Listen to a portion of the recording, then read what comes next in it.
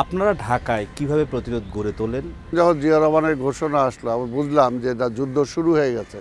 মনে করেন 26শে মার্চ তো কারফিউ গেল, সে সময় কিছু হলো না। তারপরের দিন সাময়িক ব্রেক করা হলো। সেই ব্রেকের সময় আমি কিন্তু সেই সময় এসেছিলাম যে জগন্নাথ হলের অবস্থা দেখতে, ইকবাল হলের অবস্থা দেখতে, শহীদ মিনার তখন ভেঙে গুড়িয়ে দিছে সেটাকে দেখতে। তখন শহীদ মিনার থেকে দূরে দাঁড়িয়ে তখন শপথ দিয়েছিলাম যে এদের সাথে আর হয় না, কাজে এখন জীবন দিয়ে হলেও এই দেশটাকে স্বাধীন করতে হবে। মুক্তিযুদ্ধে যারা যায় বাইরে, মানে সেনাবাহিনীর বাইরে, আমার মনে হয় ছাত্রদের মধ্যে কয়েকজনের মধ্যেই আমি হব যে প্রথমেই আমরা চলে গেলাম ওপারে।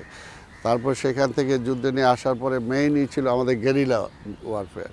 তো ঢাকা শহরে ছোট ছোট অপারেশন করা, এবং আমরা ছিলাম শীতলক্ষার ওই পারে, শীতলক্ষা নদীর ওই পারে। তৎকালীন নারায়ণগঞ্জই ছিল টোটাল, এটা রূপসী, ওই যে বালিয়াপাড়া, তেলিয়াপাড়া, ওই সমস্ত জায়গাতে ছিল আমাদের। সেখানে আমরা স্থায়ী ক্যাম্প করতে পারতাম না, বরং কিছুদিন আমরা এখানে থাকলাম, আবার কিছুদিন আরেক জায়গায় থাকলাম, বিচ্ছিন্ন হয়ে একটা গ্রুপ হয়তো ওইদিকে থাকলাম, আরেকটা গ্রুপ এইভাবে করে।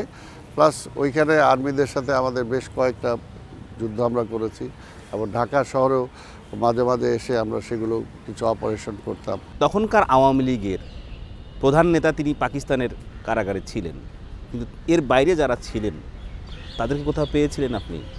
সেই সময় কিন্তু মুক্তিযুদ্ধ চলাকালীন তারা আওয়ামী লীগ মোস্তাকের নেতৃত্বে তারা একটা পাকিস্তানের সাথে কনফেডারেশন করতে চেয়েছে, এবং সেটা আসছেই, সেই ধরনের ষড়যন্ত্রও তাদের ছিল।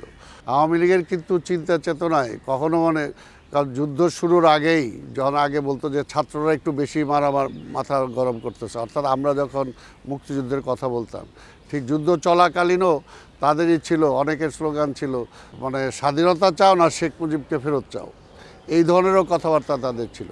তাই কাজে সেইখানে যে বড় আওয়ামী লীগের নেতা যারা ছিল তাদের সেই ধরনের যুদ্ধে অংশগ্রহণ খুব একটা ছিল না।